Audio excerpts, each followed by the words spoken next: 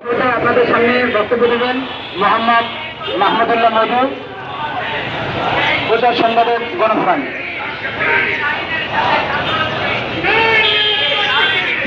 বিসমিল্লাহির রহমানির রহিম।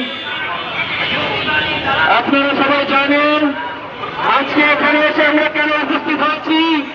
আপনারা সবাই জানেন ওই কোথায় মোদী সরকার, ওই দিল্লির পছন্দ সরকার, ওই জালিম সরকার তার দেশের মুসলিম নাগরিকদের উপর কিভাবে নির্যাতন চালাচ্ছে, কিভাবে নিপীড়ন করছে, কিভাবে ষড়যন্ত্র করার মাধ্যমে ওই গাজায় যেভাবে মুসলমানদেরকে নিধন করার চক্রান্তে ওই নেতানিয়াহু, কোথায় নেতানিয়াহু, মানবতা বিরোধী নেতানিয়াহু যেভাবে হত্যাযজ্ঞ চালিয়েছে, লক্ষ লক্ষ মুসলমানকে হত্যা করেছে, তারই প্রক্রিয়া স্বরূপ আমরা দেখতে পাচ্ছি ওই মোদী ভারতে মুসলমানদেরকে নিধন করছে, হত্যা করছে, কোথায় কোথায় নির্যাতন করছে, ঘরে ঘরে মুসলমানদের উপর নিশ্চিহ্নভাবে চালাচ্ছে।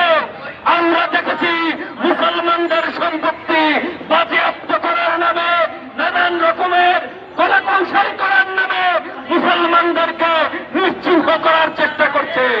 আমরা দেখাচ্ছি এখন মুসলমানদেরকে জঙ্গি সাজানোর চেষ্টা করা হচ্ছে।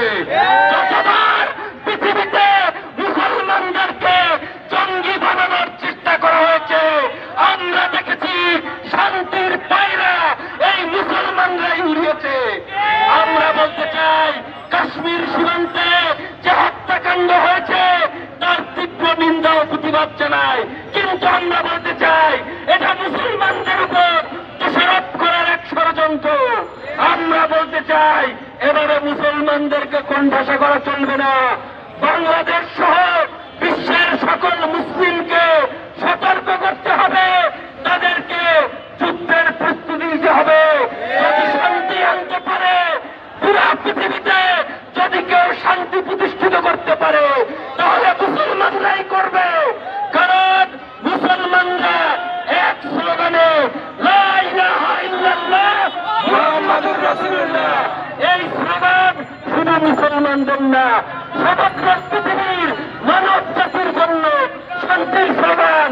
তাই আমরা সকল জালিমদেরকে হুঙ্কার দিয়ে বলতে চাই, মুসলমানদেরকে যদি আর রক্তচক্ষু দেখানো হয় তবে সর্বশ্রেষ্ঠ স্লোগান আল্লাহু আকবার বলে প্রতিরোধ করা হবে, প্রতিহত করা হবে।